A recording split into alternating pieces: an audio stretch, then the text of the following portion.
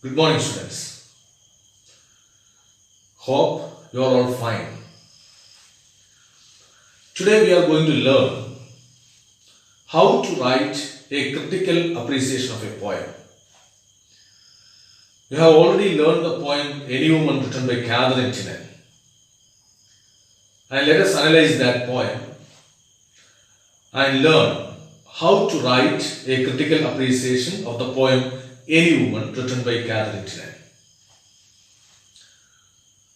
How do you analyze a poem? There is a common belief that writing a critical review or a review of a poem is a difficult task. But the fact is that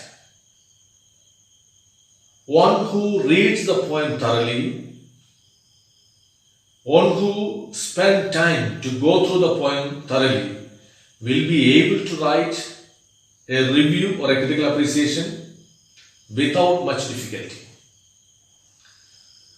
The first step is to analyze the poem, and you have to read it many times. I think you have already learned the poem Any Woman. Anyway, before writing the review or the critical appreciation, read the poem many times, 4 or 5 times. Reading poems is just like peeling an onion. You know why? Because each reading will give you layers of meaning. Each reading will provide you with lot of insights. If possible, read the poem aloud so that any rhythmical movement of the poem will be evident. It will also help to bring out the beauties of things like rhyme, rhythm, alliteration, assonance, etc. Anyway, a critical appreciation of a poem requires one to analyze the poem as a whole and the various elements or techniques which make up that particular poem. We have to analyze the poetic diction, the structure, rhyme, rhythm, the use of poetic devices such as simile, metaphor, personification, etc. Then the development of the theme. Number of word pictures may also be there, imagery. We have to analyze that as well. Number of reference to other words or allusions may be there.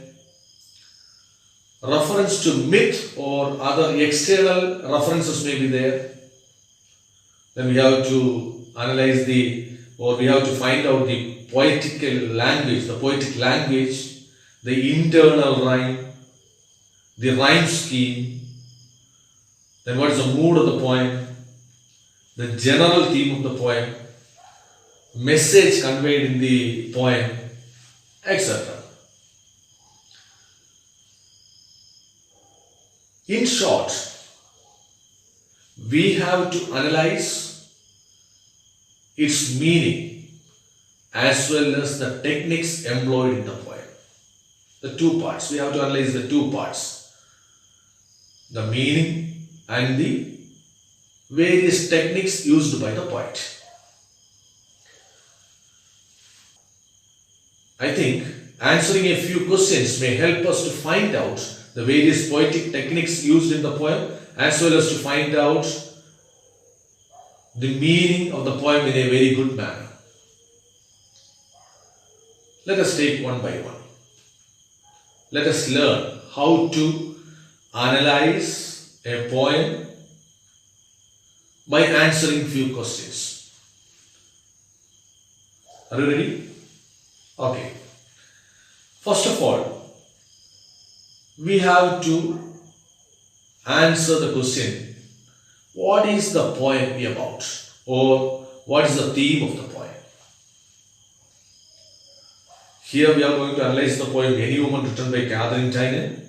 So let us focus that particular poem and we can learn how to write an appreciation based on that poem you have already learned. What is the poem about? What is the poem about? What is the theme of the poem Any Woman?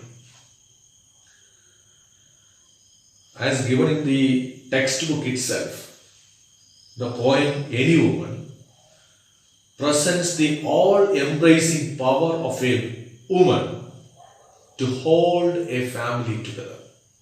It is the power of the woman. It is she who holds the family together. You are familiar with number of women. Number of women are there in your house.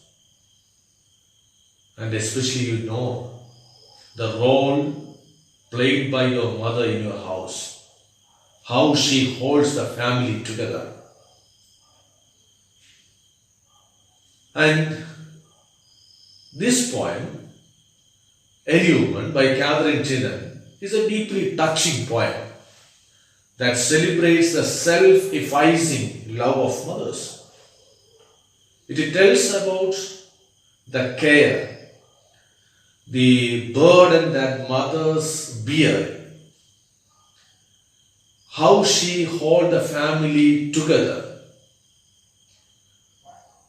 In short, we can say that Katharine Tynan reflects her thoughts about motherhood. She herself, being a mother, is deliberately trying to bring to focus the womanhood, how women or mother holds a family together. Okay, now let's see how does the poem begin. The poem opens by introducing the central metaphor of a house. The mother says that she is the pillars of the house. She is the keystone of the arch, without which the roof and the wall would fall and the house will be ruined. That means at the very beginning, at the outset itself, the poet clearly says that she is equal to house. It is she who supports the family. It is she who makes the structure called house. She is just equal to house. The mother is not just the foundation of the house. She is also the life, light and love that fills the house. She is not just the structure, but also she is the life, love and the light of the house. Like the sun which warms the earth, she is the fire upon the earth. The children warm their hands at her.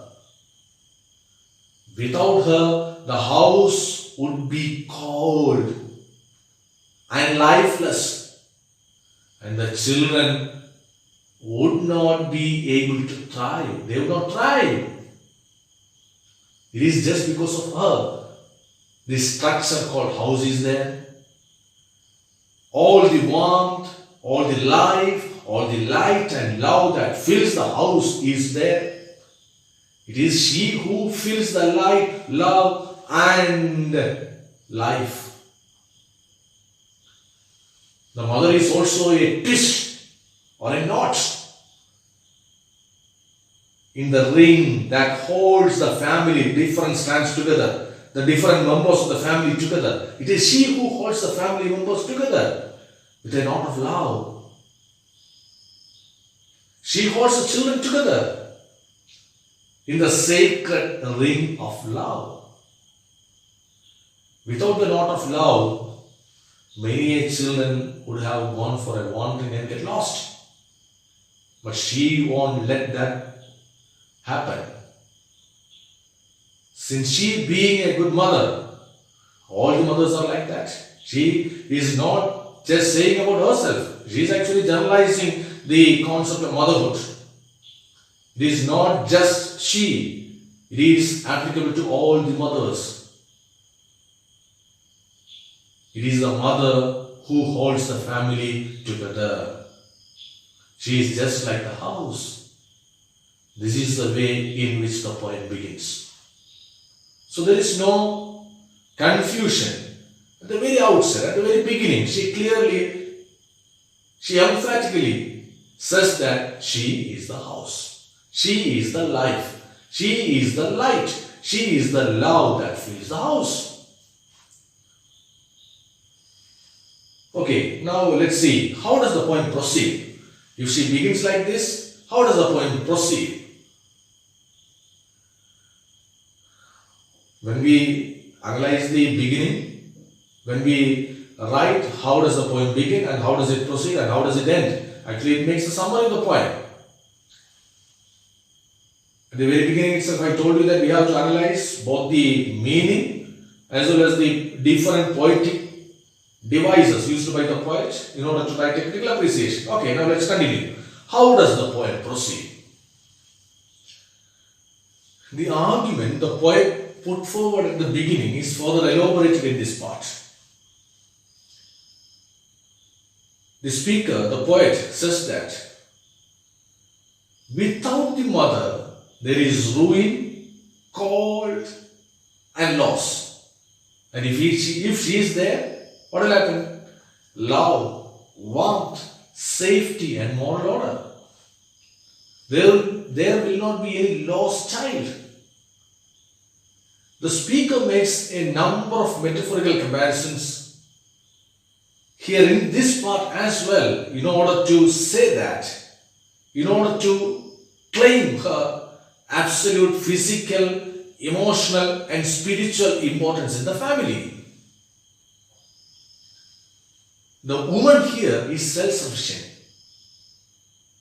She says that she is the house in all the sense of the term. Then the poet describes the various roles or various duties the mother performs in a house every day. And even the children may wonder whether she has 1,000 hands. She decorates the house, gets the table ready for dinner, spins the curtains, and makes their bed.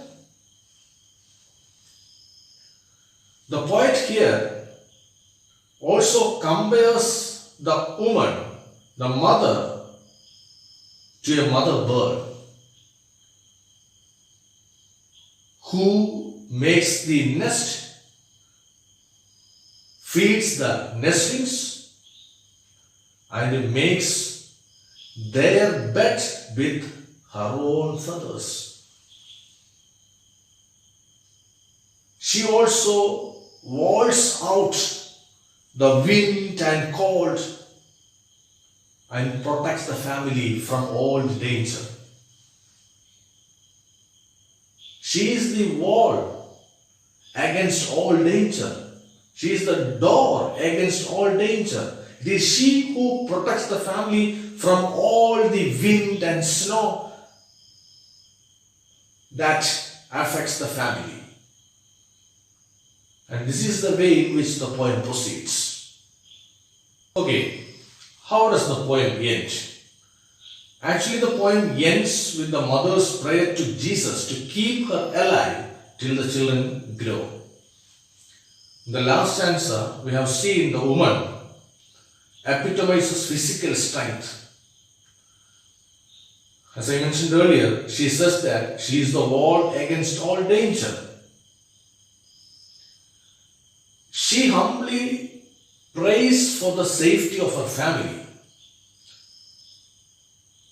Here she addresses, Jesus is addressed as thou whom laid in a manger.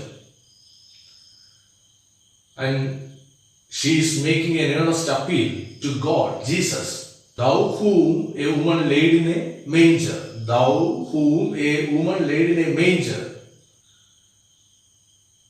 to keep her alive, not to take her life away till the children grow.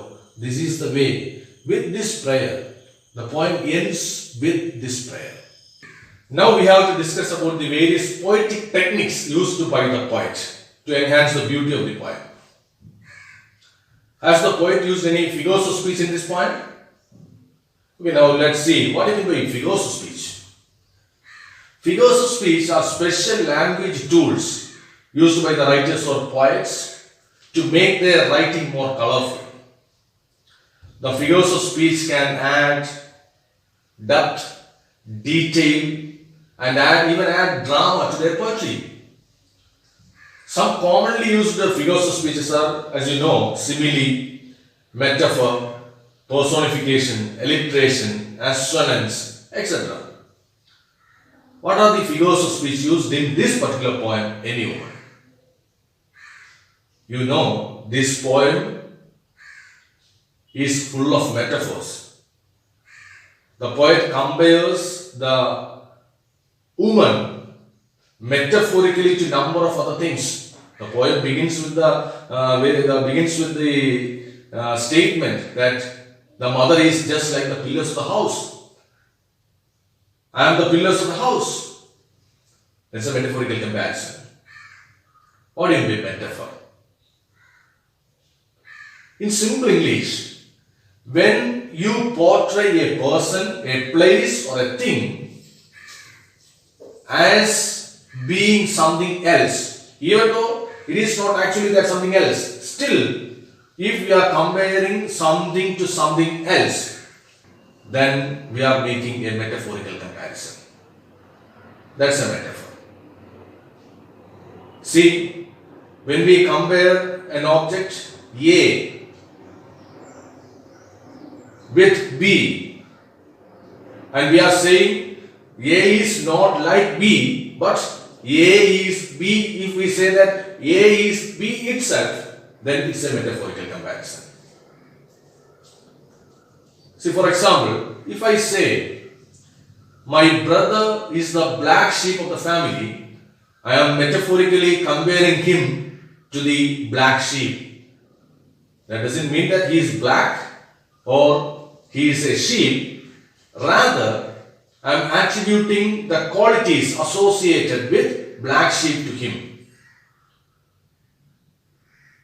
Black sheep is actually an animal that often keeps away from the herd. And here, I am trying to attribute that quality to my brother.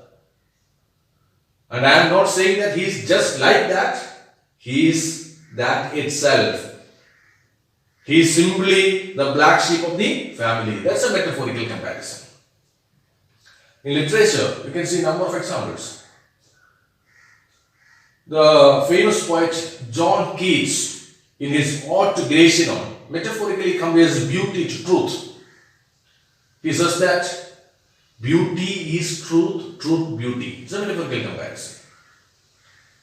John Donne, in his The Sun Rising, the poem Sun Rising, he says, busy old fool, unruly sun, why dost thou through windows and through curtains call on us? During this lockdown period, you often sleep for a long time. Maybe the unruly sun is bothering you too.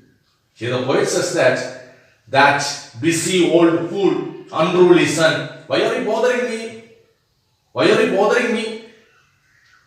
Okay, here the poet compares the unruly sun to, he metaphorically compares the unruly sun to busy old fool. Rather, the poet says that the sun is now just like not just like, he is an unruly fool itself. The sun is an unruly, busy unruly fool. It's a metaphorical comparison. Coming to our poem, the poem is full of metaphorical comparisons. I am the pillars of the house. I am not just like the pillars of the house, but I am the pillars of the house. It's a metaphorical comparison.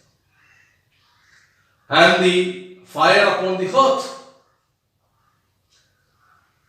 and the light of love alive, and the twist that holds together the children in its sacred ring. So this poem abounds with number of metaphorical comparisons. Another poetical device used by the poet in this poem is enjambment. What do you mean enjambment? Enjambment means to step over. In poetry, it means moving over from a line to another without a terminating punctuation mark.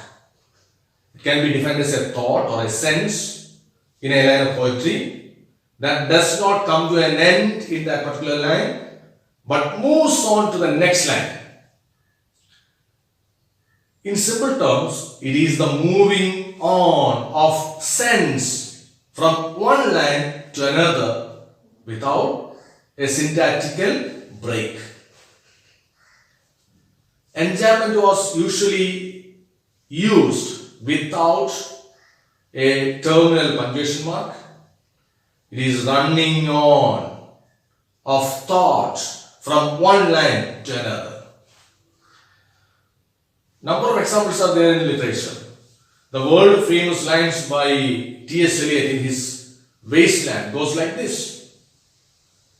April is the cruelest month, breeding lilacs out of the dead land, mixing memory and desire, stirring dull roots with spring rain. Winter kept us warm, covering earth in forgetful snow. Here only the two lines, 4 and 7 are end-stopped. The rest of the lines are enjambed. Here in our poem, Any Woman, the first stanza, in the first stanza we could see the last two lines are enjambed. Roof and wall would fall to ruin me utterly. The poet used enjambment here in these lines. The poetical device used by the poet is anaphora. What do you mean anaphora? Anaphora is the repetition of a word or words at the beginning of successive phrases, clauses or lines to create a sonic effect.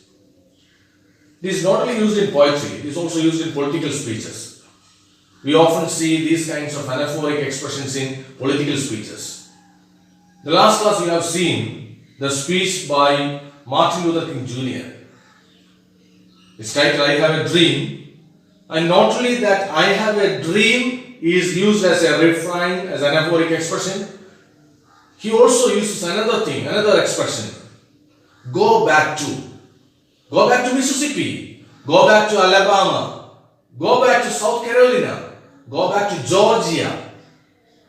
See, here the phrase go back to is repeated after each phrase, each sentence. So it is an anaphoric expression.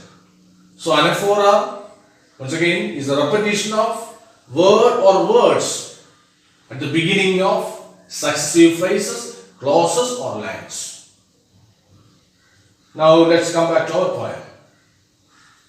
What is the anaphoric expression used in our poem? Can you find out? Okay, you go through the poem and find out the anaphoric expression used in our poem.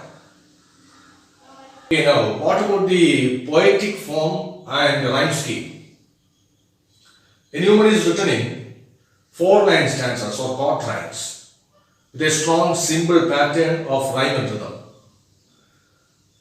The 6 stanzas organize the argument of the poem into clear and compelling points. Without the woman there is ruin, cold and loss, and with her love, warmth, safety and moral order. As for the rhyme scheme is concerned, all the stanzas except the first stanza is in a pattern in which the first line rhymes with the third and the second line rhymed with the fourth. AB, AB, CD, CD, EF, EF, like that. Okay, what about the images or imagery used in this poem? Images, as you know, are word pictures. When we go through a particular poem, the images will be imprinted on our mind. Different types of images are there. We have learned about different types of images last year. Here in this poem, we can see the images of pain and suffering, the hardships and the burdens that the mother has to undertake for her children. See, the pillars that bear the weight, the keystone that bears the tension, the fire that burns itself, the knot of the ring that is twisted by force, and also the image of that bird, the mother bird who shed its own feathers to make a bed for the younger ones. So you can find number of images related to various themes. Go through the poem 2 or 3 times or many times. Try to find out as many images as possible. Okay, we have seen some of the poetic devices used in this poem. We can also find answers for a number of other questions as well.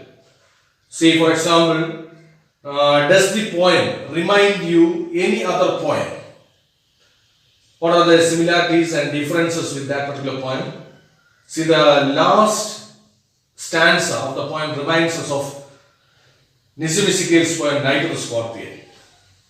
In that poem also we could see a mother who was stung by a scorpion, is wriggling with pain, and she suffered a lot. But towards the end of the poem she finds comfort in the fact that the scorpion spared her children. She is thankful for that. She was ready to bear the burden for her children. Then we can also find the mood change from the beginning towards the end of the poem. The poem moves from an emphatic assertion to an earnest appeal. The earnest appeal of a mother. She was very bold in that aspect as well. She reminds the God that you were also born with the grace of a mother, thou whom laid in a manger. So anyway, but there is a change in the mood. The initial assertion has turned into an earnest appeal towards the end of the poem. Then what are the other things that we could include as part of this critical appreciation? We can also find whether this poem has any contemporary significance, whether this poem has any autobiographical elements. See, the poet herself being a mother is not speaking, actually she is not speaking about her mother, rather she is speaking about herself. She being a mother, she is speaking about herself.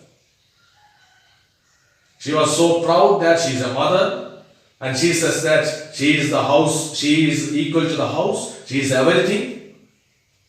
Definitely some autobiographical elements. It is not about her mother, rather, if we closely analyze, we could see that she herself being a good mother, she was ready to take the responsibility of the family. Even though she had a busy literary career, she was also associated with Irish national and literary movement. Still, she was proud and she never ran away from her role of an ideal mother. Then, what is the significance of the poem? We all have mothers in our home. This is a universal theme. Okay, here the poet universalizes a personal experience. She is actually universalizes the personal experience. See, when somebody says a personal experience, we won't take it for granted. But here, When we go through the poem, we will identify that it is not only applicable to her, it is not just her feeling, it is a mother common to all the mothers. It is the general theme of the motherhood. It's a common theme, but here the treatment, the way in which she presents the ideas, the way in which she metaphorically compares herself with other number of things, that makes it very appealing. That makes the theme, this universal theme, much more relevant and appeals to our heart.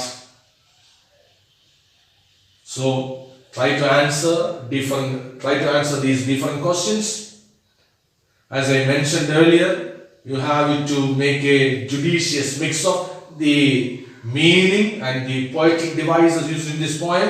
You have to critically evaluate all those things and try to write a good review or critical appreciation of the poem. Thank you.